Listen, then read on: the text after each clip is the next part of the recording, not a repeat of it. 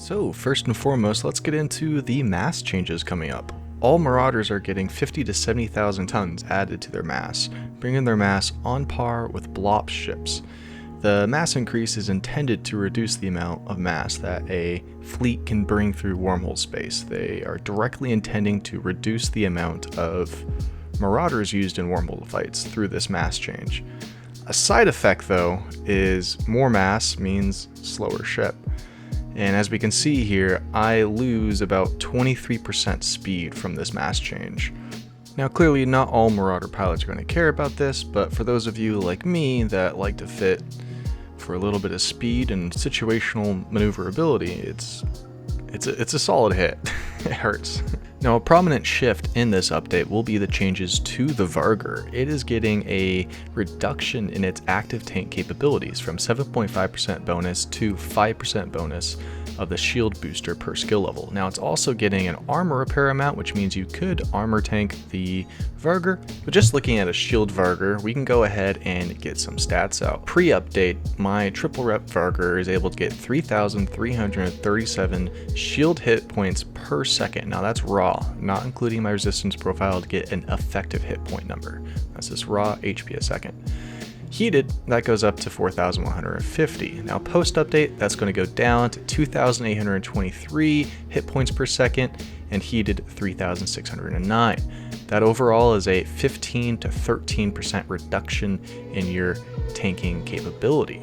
Now from the start, in my opinion, the Vargur was far over tanked, so a 15% reduction in my tank doesn't really scare me, and I never really have boosts on grid, so maybe now I'll try to make sure there's boosts on grid to make up the tanking difference. But where we also get in the Varga Changes is a very nice addition, and that's the change from the high slot to a low slot, which means we can put an extra damage modifier on and get our damage from 2,131 DPS a second to 2,350 DPS per second, or a 10% increase in damage. So where we trade off a bit in our armor tanking, we did gain some damage capability potential in that low slot. And in case you're wondering if you can survive the new Lancer, the answer is yes, you can survive the new Lancer. Now by far the most game-changing thing introduced for Marauders is going to be the change from 30 seconds to 60 second duration of the Bastion module. That's going to make fleet use of Marauders such as the buffer tanked heavy armor Paladin basically useless. They're going to be impossible to use because you just will not survive that 60 seconds. There's been many times where I've barely survived the 30 seconds, and in one of my recent videos you'll see I accidentally had to go through a full Bastion cycle and I did not survive. Currently, having to go through a full Bastion cycle is dangerous.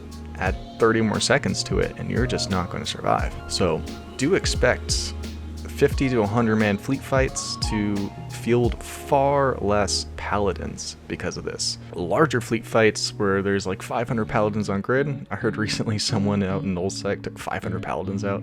How insane.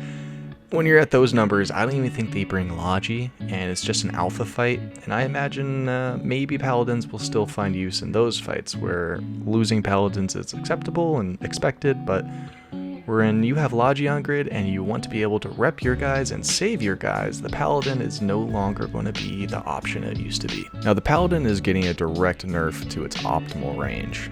How much? It's going from 7.5% to 5% per skill level.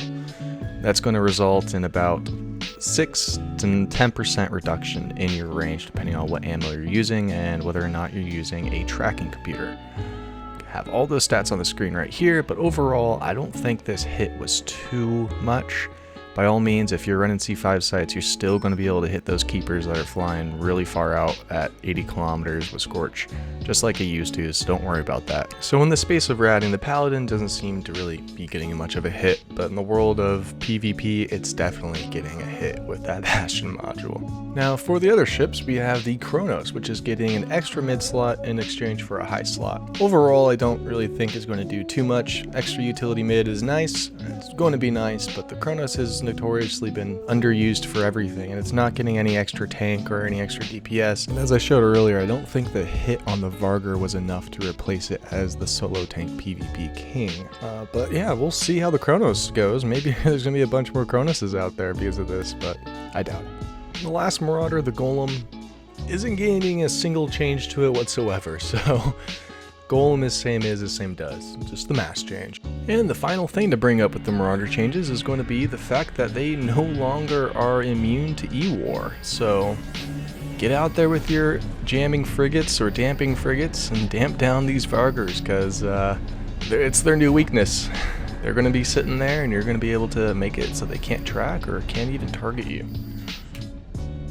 Well, I want to thank you for joining me through this video. I hope I was able to clear up anything about any of the changes coming up and hopefully get some insight, especially into the Vargur and the Paladin with their guild changes coming up. So get out there, have fun, and fly dangerously.